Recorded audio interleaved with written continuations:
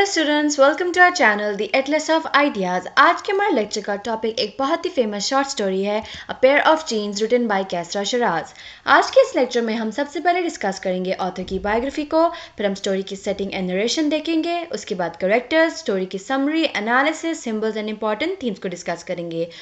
तो सबसे पहले चलते हैं हम ऑथर की बायोग्राफी पर। कैसरा शिराज एक बहुत ही फेमस पाकिस्तानी ब्रिटिश राइटर है जो कि 1958 पाकिस्तान में पैदा हुई। जब ये 9 साल की थी तो ये अपनी फैमिली के साथ मैनचेस्टर चली गई एंड सिंस देन इंग्लैंड में ही रह रही हैं। ये एक डायस्पोरिक राइटर है, यानी कि ऐसी राइटर जो कि अपनी नेटिव कंट्री से बाहर लिखती हैं। ये एक बेहतरीन स्टोरी टेलर है और इन्होंने अपने राइटिंग करियर का आगाज़ जो है वो शॉर्ट स्टोरी से लिया। बाद में जो है इन्होंने बहुत से नॉवेल्स भी लिखे और इन नॉवेल्स में और इन शॉर्ट स्टोरीज में जो है different issues and different themes को हाईलाइट करती हैं, such as women issues, cultural clash, identity crisis, traditional values etcetera. और इनकी जो है राइटिंग्स की खास बात यह है कि ये जो है इंस्पायर हुई, ये अपनी राइटिंग्स को जो है मुख्तलिफ लोगों की स्टोरी से जो है इंस्पायर होकर लिखते हैं, लेकिन कभी भी जो है उन लोगों को एज अ फिक्शनल करेक्टर अपनी राइटिंग्स में यूज़ नहीं करती, बिकॉज इनका मानना ये है कि अगर उनको as a fictional character use करेंगी तो ये उन लोगों के साथ अनजस्ट होगा। ये एक बेहतरीन स्क्रिप्ट राइटर भी हैं और ये एक पीस एंड जेंडर एक्टिविस्ट भी हैं। इन्होंने बहुत से जो है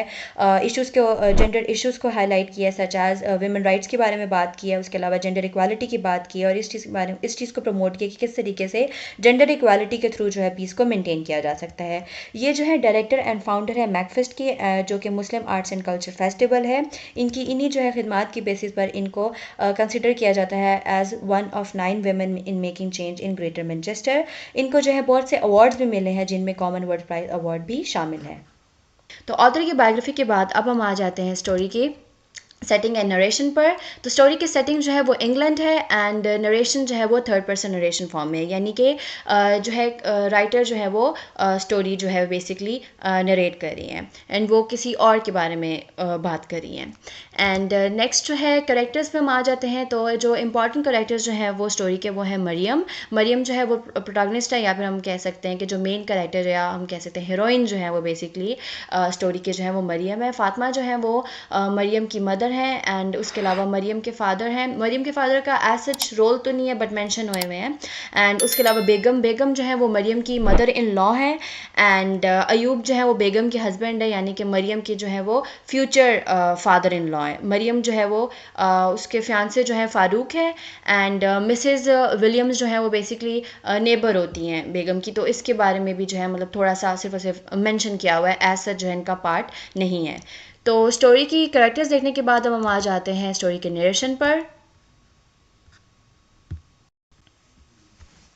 स्टोरी के नरेशन से पहले अगर हम स्टोरी का टाइटल देखें तो हमें से अंदाज़ा होता है कि स्टोरी जो है वो बेसिकली क्लोथ्स के बारे में या फिर जीन्स के बारे में है, क्योंकि स्टोरी का टाइटल है अ पेयर ऑफ जीन्स। तो हम कह सकते हैं कि हमें इस टाइटल को देखने से अंदाज़ा होता है कि ये स्टोरी जो है ये जीन्स के बारे में ही होगी, और ऐसा ही है। ये स्टोरी जो है ये मरियम के बारे में है और मरियम के कपड़े यानी कि उसके जीन्स के बारे में, और जितनी भी वो एक्सपीरियंसेस और जितनी भी चीज़ें जो वो फेस करती है सिर्फ उस जीन्स के पहनने की वजह से, ये स्टोरी जो है वो उसके बारे में है। तो बेसिकली स्टोरी जो है ये एक पाकिस्तानी ब्रिटिश लड़की के बारे में है और इसका नाम जो है मरियम होता है, यानी कि मरियम जो है वो स्टोरी की प्रोटैगनिस्ट भी है। तो बेसिकली स्टोरी जो है स्टार्ट होती है कि मरियम जो है वो अपनी फ्रेंड्स के साथ जो है हाइकिंग पे गई हुई है एंड बेसिकली वो अपनी फ्रेंड्स के साथ जो है वो नॉर्थ वेस्ट साइड जो है लंदन की, यानी कि पीक डिस्ट्रिक्ट नाम की हिल्स होती है, वहाँ पर जो है वो अपनी फ्रेंड्स के साथ जो है वो हाइकिंग पर गई हुई होती है। तो फिर जब उसने घर वापस आ रही होती है, वो जब वो बस से उतरती है ना, तो वो टाइम देख रही होती है कि वो बहुत ज़्यादा जो है वो घर के लिए लेट हो गई है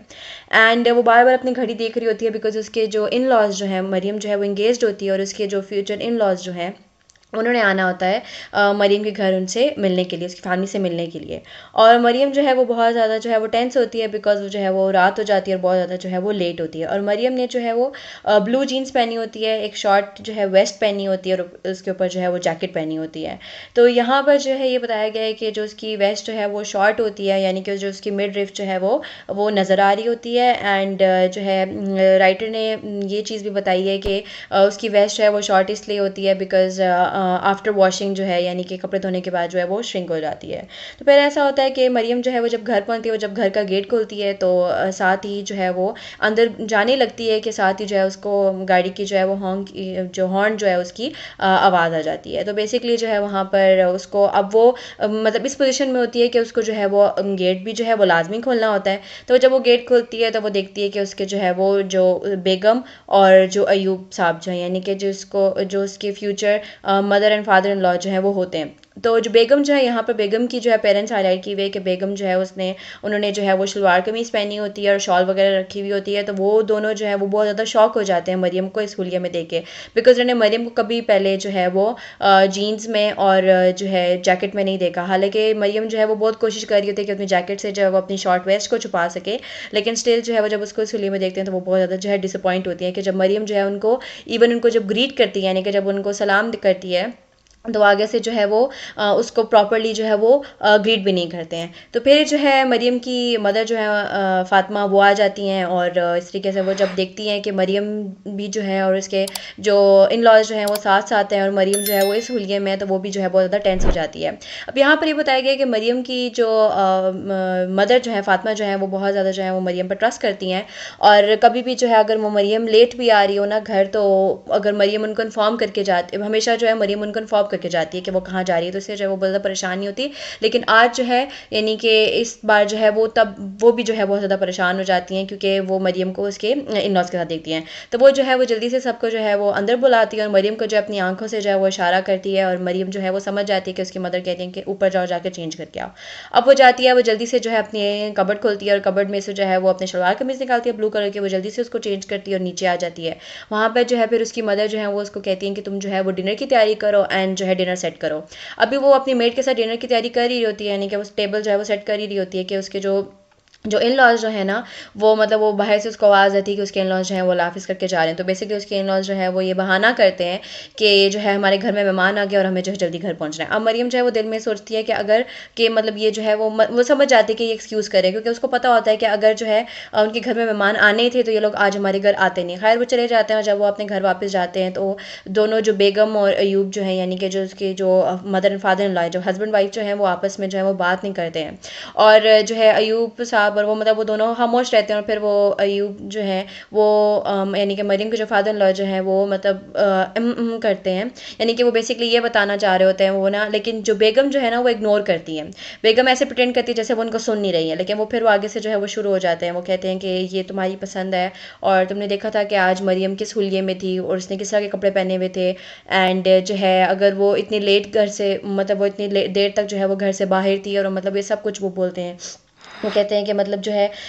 ये जो है इस तरीके से लड़कियां होती हैं, ये तो मॉडर्स्ट नहीं है बिल्कुल भी। तुमने जो है ये वाली लड़की चूज़ किया हमारे बेटे के लिए कि वो उससे शादी करे। एंड वो बेसिकली वो ये कहते हैं कि मतलब इस तरह की लड़कियां पहनने वाली जो हैं वो बहुत आज़ाद ख्याल होती हैं, वो बहुत रेबेलियस होती हैं, वो बहुत बोल्ड होती हैं, तो ये कभी भी अच्छी हाउस वाइफ नहीं बन सकेगी। और सब कुछ बेगम जो है वो ये सब कुछ सुनती रहती है, एंड बेगम वैसे बहुत अच्छी होती है, लेकिन उसको भी ये चीज़ रियलाइज़ होती है कि हाँ वाकई में जो है ये चीज़ जो है वो गलत हुई है, बिकॉज वो एम्बेरस हो जाती है अपने हस्बैंड के सामने। फिर जो है वो बेगम अयूब जो है वो बेगम को कहते हैं कि आपने जो है अब यूँ करना है कि आपने जो है ये मेस जो है आपने क्रिएट किया है। अब वो ये चीज़ जो है उसको इसलिए कहते हैं बिकॉज मरियम जो है ना वो बेगम की पसंद होती है। ये लोग जो है किसी पार्टी में जाते हैं, मेहंदी पार्टी होती है बेसिकली, वहाँ पर जो है ये मरियम को जो है ब्लैक साड़ी पहनी होती है मरियम ने, और बहुत जो है वो एलिगेंट और बहुत ग्रेसफुल लग रही होती है। वहाँ पर जो है वो मरियम को अपने बेटे के लिए जो है पसंद कर लेती हैं बेगम। एंड उसके अलावा ये है कि मरियम तो पसंद आती है, लेकिन जो मरियम की मदर होती है फातिमा, उनके साथ भी जो है बहुत अच्छी बॉन्डिंग हो जाती है, बहुत अच्छी फ्रेंडशिप हो जाती है बेगम की। एंड बेगम जो है वो इस ख्याल की होती है, उन्होंने मतलब बहुत सी ये बातें सुनी हुई होती हैं कि जो मतलब जो मदर इन लॉज जो होती है ना उनका भी अच्छा होना बहुत ज़रूरी होता है, बिकॉज उनकी वजह से बहुत सी लड़ाइयाँ होती हैं। तो यहाँ इन दिस केस मरियम भी बहुत अच्छी थी और उसकी मदर भी बहुत अच्छी थी, तो इसलिए जो है वो बेगम जो है अपने बच्चे का जो है ना वो बच्चे के लिए जो है अपने बेटे के लिए जो है यानी कि फ़ारूक के लिए जो है ना वो पसंद कर लेती है मरियम को। तो फिर जो है फैमिलीज आपस में बात करती हैं, फ़ारूक और मरियम जो है वो मरियम और फ़ारूक जो है वो आपस में मिलते हैं, और वो उन दोनों को इस चीज़ मतलब अपने एक दूसरे के लिए कंपैटिबल लगते हैं, तो फिर जो है वो भी हाँ कर देते हैं, और इस तरीके से जो है वो उनकी इंगेजमेंट हो जाती है। अब यहाँ पर हमें ये पता चलता है कि 1 साल से जो है उन दोनों की इंगेजमेंट हुई हुई है, और यहाँ पे ये चीज़ भी हमें पता चलती है कि बेसिकली जो मरियम के घर में जो उसके लॉज गए थे उस रात, तो वो इस वजह से गए थे क्योंकि वो जो है डेट फिक्स करना चाहते थे। वो डेट फिक्स करने के लिए गए थे, यानी कि वो चाहते थे कि वो 6 महीने बाद जो है उन दोनों की शादी कर दें। अब जो है इस सारी सिचुएशन के बाद जो है इस सारी सिचुएशन के बाद जो है वो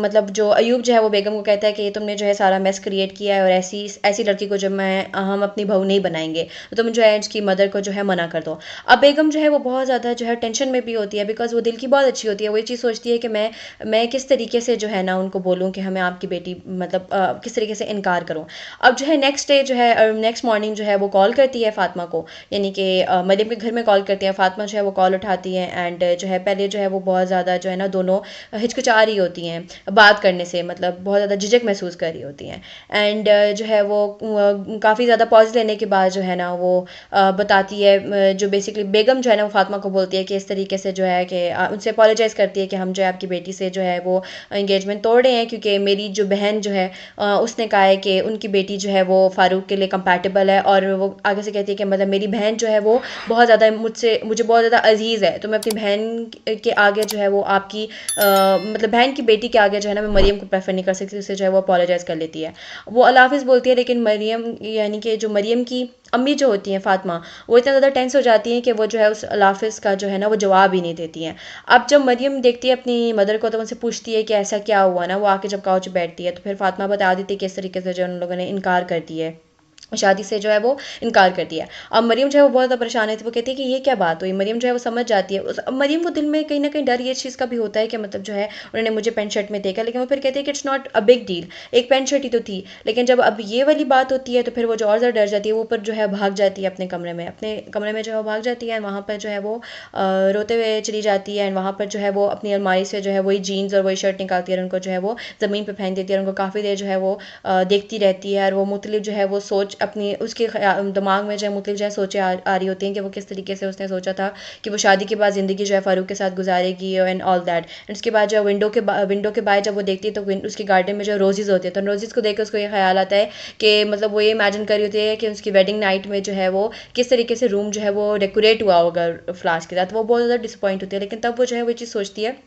वो कहती है कि नहीं, मैं जो है गिव अप नहीं करूँगी, मैं जो है मैं फ़ारूक से बात करूँगी। अब वो नीचे जाती है, और वहाँ पर जो है वो रिसीवर उठा के जो है वो कॉल डायल करती है। वो जो है वो दिल ही दिल में जो है डर भी रही होती है कि ऐसा ना हो कि फ़ारूक के जो फैमिली जो पेरेंट्स हैं वो जो है वो कॉल को अटेंड कर लें। तो फिर वो यूँ करती है कि वो जो है वो कॉल करती है फ़ारूक को, एंड लकीली जो है वो फ़ारूक ही वो कॉल उठाता है। वो कहते हैं कि मुझे तुमसे मिलना है। वो कहता है कि ठीक है, वो एग्री कर देता है। वो कहता है कि मेरा भाई है घर में, तुम घर ही आ जाओ, मैं मिलता हूँ तुमसे। मरियम की मदर जो है वो उसको जो है मना करती हैं, फातिमा जो वो मना करती है, वो कहती है कि ना जाओ। लेकिन वो कहती है कि लेकिन आगे से फातिमा कहती है कि क्या मैं अपने ही फियांसे से बात नहीं कर सकती, या फिर वो मेरा फियांसे है ही नहीं। तो वो कहती है कि नहीं, ऐसा नहीं है, क्योंकि फातिमा भी समझ रही होती है, फातिमा बहुत सपोर्टिव होती है, और चीज़ समझ रही होती है कि उसकी बेटी जो है वो बहुत ज़्यादा टेंस है। अब जो है वो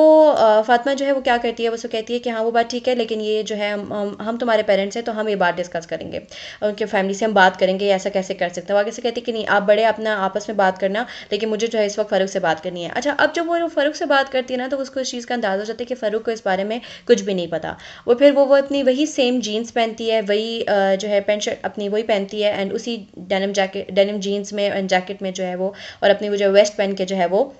बाहर चली जाती है। तो बेसिकली यहाँ पर जो है वो स्टोरी एंड हो जाती है। अच्छा, मज़े की बात ये कि स्टोरी के जो है 2 एंडिंग्स हैं। जो पहली एंडिंग थी उसमें ये है, मतलब जो फर्स्ट पब्लिकेशन जो फर्स्ट एंडिंग थी उसमें जो है कैसर शराज ने स्टोरी को इस चीज़ पे एंड कर दिया था कि मरियम जो है बस अपने अपने रूम में जाती है, और वहाँ पर जो है वो अपनी कबर्ड से जो है जीन्स वगैरह को निकाल के फेंकती है, एंड उनको देखती है और बहुत ज़्यादा रोती है। लेकिन जो सेकंड एंडिंग है ना, उसमें बेसिकली ये सारी स्टोरी है कि नहीं, वो जो है अपने राइट के लिए लड़ती है, और वो कहती है कि नहीं, मैं फ़ारूक से बात करूँगी, एंड वो सारी सिचुएशन आती है। तो बेसिकली ये थी स्टोरी। अब हम स्टोरी के नरेशन के बाद जो है हम आ जाते हैं स्टोरी की एनालिसिस की तरफ। तो बेसिकली स्टोरी जो है वो फोकस करती है कि किस तरीके से एक जो यंग पाकिस्तानी मुस्लिम वुमन जो है वो किस तरीके से स्ट्रगल करती है। एंड वो बेसिकली जो है ना वो कल्चर डिफरेंसेस, यानी कि जो इसकी जो पाकिस्तानी आइडेंटिटी और जो ब्रिटिश आइडेंटिटी जो है ना उसके दौरान, यानी कि वो बार बार आगे पीछे होती रहती है, यानी कि ऑसिलेट होती रहती है, आगे पीछे होती रहती है, और उसको समझ नहीं आती है कि वो किस तरीके से जो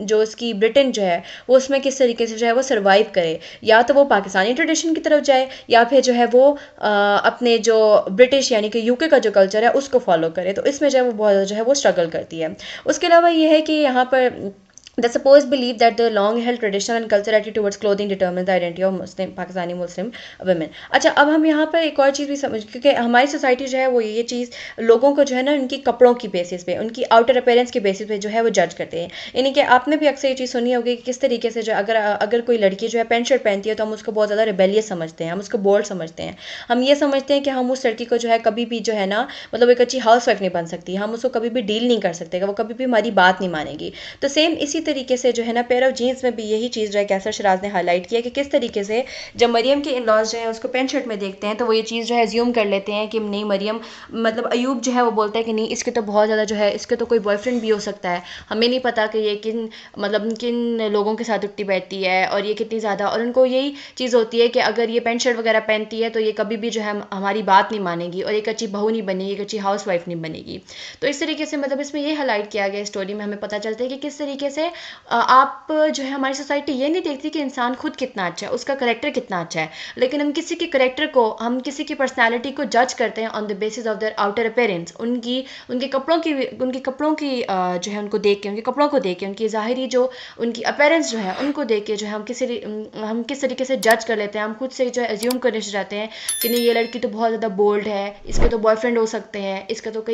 कहीं और इन्वॉल्व हो सकती है, ये ड्रग्स कर सकती है, मतलब और बहुत सी चीज़ें जो है हम अपने माइंड में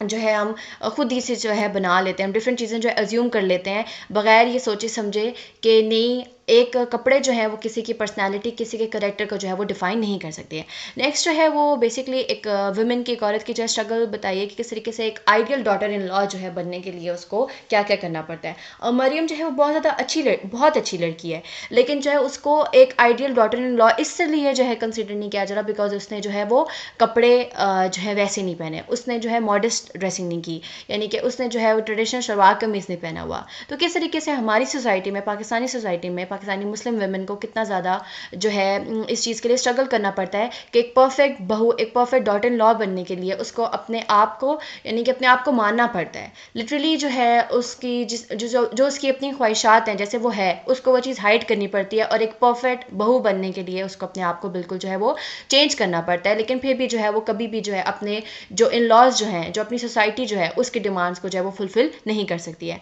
एंड लास्ट है इसमें हाईलाइट किया गया है कि किस तरीके से जो लड़की के वालिदैन जो है उनकी हेल्पलेसनेस को जो है हाईलाइट किया गया है कि मतलब किस तरीके से जो है वो बेगम एंड अयूब जो है वो ठुकरा कर चले गए हैं मरियम को, लेकिन फातिमा और उसके जो हस्बैंड जो है, यानी कि मरियम के जो पेरेंट्स जो हैं वो कितने जो है मतलब हेल्पलेस हैं कि वो अपनी बेटी के लिए स्टैंड नहीं ले पा रहे, अपनी बेटी के लिए कुछ कर नहीं पा रहे। और ये हमारी सोसाइटी की रियलिटी है कि किस तरीके से जो हमारी जो पाकिस्तानी सोसाइटी में एक बेटी के पेरेंट्स को जो है कितना ज़्यादा स्ट्रगल करना पड़ता है, उनको हर वो बात माननी पड़ती है, जायज़ नाजायज़ जो है एक बात माननी पड़ती है, क्योंकि वो बेटी के पेरेंट्स होते हैं। एंड सोसाइटी भी जो है वो उनको किस तरीके से उन पर जो है मुसल्लत, मतलब अपने रूल्स एंड अपने रेगुलेशन जो है वो मुसल्लत कर देती है। एंड एक बेटी के पेरेंट्स को जो है लोगों से बचकर, उनसे डर कर रहना पड़ता है। तो ये स्टोरी की एनालिसिस था। इसके बाद हम आ जाते हैं स्टोरी के सिंबल्स पर। तो स्टोरी के जो है 2 इंपॉर्टेंट सिंबल्स हैं। फर्स्ट सिंबल जो है वो जीन्स है। जीन्स जो है वो बेसिकली फ्रीडम एंड इंडिविजुअलिटी को सिंबलाइज करता है, और इसके अलावा सेल्फ डिटर्मिनेशन को भी सिंबलाइज करता है, यानी कि जिसने जीन्स पहनी हुई है वो जो है वो फ्रीडम होगा, इंडिविजुअलिटी होगा। ऑल्सो मरियम जब चूज़ करती है कि वो फारूक से उसी जीन्स में मिलने जाएगी, तो ये भी जो है उसकी जो है उसका फ्रीडम को शो करती है, उसकी सेल्फ डिटर्मिनेशन को शो करती है कि वो किस तरीके से जो है वो खुद मुख्तार है, वो इंडिविजुअल है, वो किसी की बात नहीं मान रही, यानी कि किसी के जो पॉइंट ऑफ व्यूज़ जो है ना उसको वो नहीं जो है वो ओबे कर रही। एंड उसके अलावा जीन्स जो है वो वेस्टर्न कल्चर जो है उसको भी सिम्बलाइज करती है। जो शलवार कमीज़ है वो पाकिस्तानी कल्चर, जो ईस्टर्न कल्चर है उसको सिम्बलाइज करते हैं। उसके अलावा जो ट्रेडिशन एंड मॉडेस्टी को जो है वो सिम्बलाइज करते हैं, यानी कि जिसने शलवार कमीज़ पहनी है वो मॉडेस्ट है, लेकिन जिसने जीन्स पहनी है वो बहुत ज़्यादा रिबेलियस होगा। तो बेसिकली जो है स्टोरी में ये दो जो है इंपॉर्टेंट सिम्बल्स हैं। सिम्बल्स के बाद हम आ जाते हैं थीम्स पर। तो पहला थीम जो है मल्टीपल आइडेंटिटीज़। मल्टीपल आइडेंटिटीज़ जो है इन टर्म्स ऑफ मरीम हमें नज़र आता है, यानी कि किस तरीके से जो है वो 2 आइडेंटिटी के दरमियान में जो है वो बटी हुई है, यानी कि ब्रिटेन आइडेंटिटी भी एंड जो है पाकिस्तानी आइडेंटिटी। अब उसको समझ नहीं आ रहा है कि वो वेस्टर्न की तरफ जाए या फिर अपनी जो ईस्टर्न जो पाकिस्तानी रूट्स हैं वो उसकी तरफ जाए। नेक्स्ट है फीमेल मॉडेस्टी। फीमेल मॉडेस्टी जो है वो भी एक बहुत इंपॉर्टेंट थीम है इस स्टोरी का। एंड फीमेल मॉडेस्टी जो है यहाँ पर फीमेल मॉडेस्टी को जो है एसोसिएट किया गया है शलवार कमीज़ के साथ, यानी कि अगर किसी औरत ने जो है शलवार कमीज़ पहनी हुई है, वो कवर्ड है, उसकी बॉडी बिल्कुल कवर्ड है, तो वो बहुत ज़्यादा जो है मॉडेस्ट है, वो अच्छी है एंड तहजीब याफ्ता है। लेकिन अगर एक लड़की ने जीन्स पहनी हुई है और अगर उस तरीके से जो है वो ड्रेसअप नहीं किया हुआ, तो वो बिल्कुल भी जो है वो मॉडेस्ट नहीं है। नेक्स्ट थीम जो आ जाता है traditional values of different culture. तो traditional values of different culture जो है हमें हाईलाइट होते हैं इन टर्म्स ऑफ ब्रिटेन यानी कि यूके के भी, एंड उसके अलावा जो है पाकिस्तान के भी। यानी कि जो यूके का जो ट्रेडिशन है उसमें यही है कि ये लोग वो लोग जो है वो यूके में जो है पेंट शर्ट वगैरह पहनते हैं, लेकिन जो पाकिस्तानी जो कल्चर यानी कि ईस्टर्न कल्चर जो है उसमें जो है वो शलवार कमीज़ वगैरह पहनते हैं। फिर शलवार कमीज़, सलाम करना और जो है साड़ी के बारे में बात बताई हुई है। तो ये सारे जो है बेसिकली ट्रेडिशनल वैल्यूज़ जो हैं पाकिस्तान की जो है वो उसको शो करते हैं। फिर आ जाता है कल्चर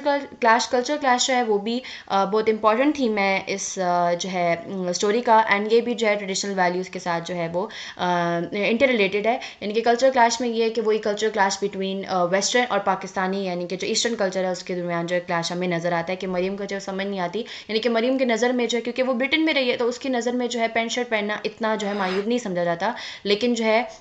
क्योंकि पाकिस्तानी कल्चर में जो है उसको बहुत ज़्यादा जो है गलत लिया जाता है, तो इस वजह से कल्चर क्लैश भी जो है वो स्टोरी में शो किया गया है। फिर आ जाता है जनरेशन गैप। जनरेशन गैप जो है वो हाईलाइट किया है स्टोरी के एंड में कैसरा शराज ने, जब वो मरियम जो है वो अपनी मदर के साथ उसकी कन्वर्सेशन होती है और फातिमा जब वो कहती है कि नहीं बेटा आप जो है उससे बात नहीं करो, हम आपके पेरेंट्स हैं तो हम बात करेंगे इन लॉ से, लेकिन तब वो कहती है कि जो है वो मेरा फियांसे है, मैं उससे बात कर सकती हूँ। तो यहाँ पर जो जनरेशन गैप इस तरीके से शो किया गया है कि फातिमा जो ये चीज़ सोचती है कि हम मतलब बैक इन पाकिस्तान यानी कि जब हम छोटे होते थे तो हमसे वही करते थे जो हमारे पेरेंट्स हमें बताते थे, और हमारे जितने भी जो डिसीजन थे वो पेरेंट्स लिया करते थे, लेकिन आज की जनरेशन जो है वो अपने लिए खुद उनको लड़ना आता है, वो अपने डिसीजन जो है वो खुद ले सकती है। तो यहाँ पर जो है जनरेशन गैप भी शो किया गया, यानी कि किस तरीके से पुराने लोगों के ख्यालात में और अब के लोगों के ख्यालात में जो है डिफरेंस है। फिर आ जाता है parental and male authority. Parental and male authority जो है ये भी जो हाईलाइट किया गया कि किस तरीके से पेरेंट्स जो है वो डिसाइड कर लेते हैं अपने बच्चों का फ्यूचर, यानी कि जो फारूक को बताए बगैर जो है वो अयूब और बेगम जो है वो मना कर देते हैं उसके रिश्ते के लिए। एंड उसके अलावा मेल अथॉरिटी यानी कि जो अयूब की अगर हम बात करते हैं तो अयूब जो है वो उसकी मेल अथॉरिटी वो अपनी मेल अथॉरिटी को यूज़ करते हुए पैट्रियार्कल अप्रोच को यूज़ करते हुए जो है ना वो किस तरीके से जो है अपनी मर्जी मुसलत कर देता है, और वो कहता है कि नहीं जो मैं बोलूँगा वही होगा, और हमने जो है वो मरियम के रिश्ते से जो है मना करना है। तो यहाँ पर जो है मेल अथॉरिटी को भी हाईलाइट किया गया है। लास्ट थीम आ जाता है रोल ऑफ वुमेन। अब रोल ऑफ वुमेन जो है वो भी जो है इसमें बहुत ज़्यादा इंपॉर्टेंट है। वो बताया गया कि किस तरीके से एक औरत जो है वो बेटी भी है, वो बहू भी है, वो बीवी भी है, एंड जो है वो सास भी है, एंड मुख्तलिफ तरीके से जो है ना औरत सोसाइटी में जो है ना औरत जो है वो अपना किरदार जो है अदा करती है, और ये बहुत इंपॉर्टेंट है। और किस तरीके से जो है वुमेन जो है अपना रोल निभाते निभाते जो है ना वो अपने आप को अपनी आइडेंटिटी जो है वो कहीं भूल ही जाती हैं। तो ये था हमारा आज का लेक्चर। मुझे कमेंट करके ज़रूर बताइएगा कि आपको कौन सी एंडिंग जो है वो ज़्यादा बेटर लगी। अगर ये लेक्चर आपको इंटरेस्टिंग लगा हो तो वीडियो को लाइक करें, एंड लिटरेचर को अच्छे से समझने के लिए चैनल को सब्सक्राइब करें ताकि हर वीडियो आपको टाइम पे पहुंचे।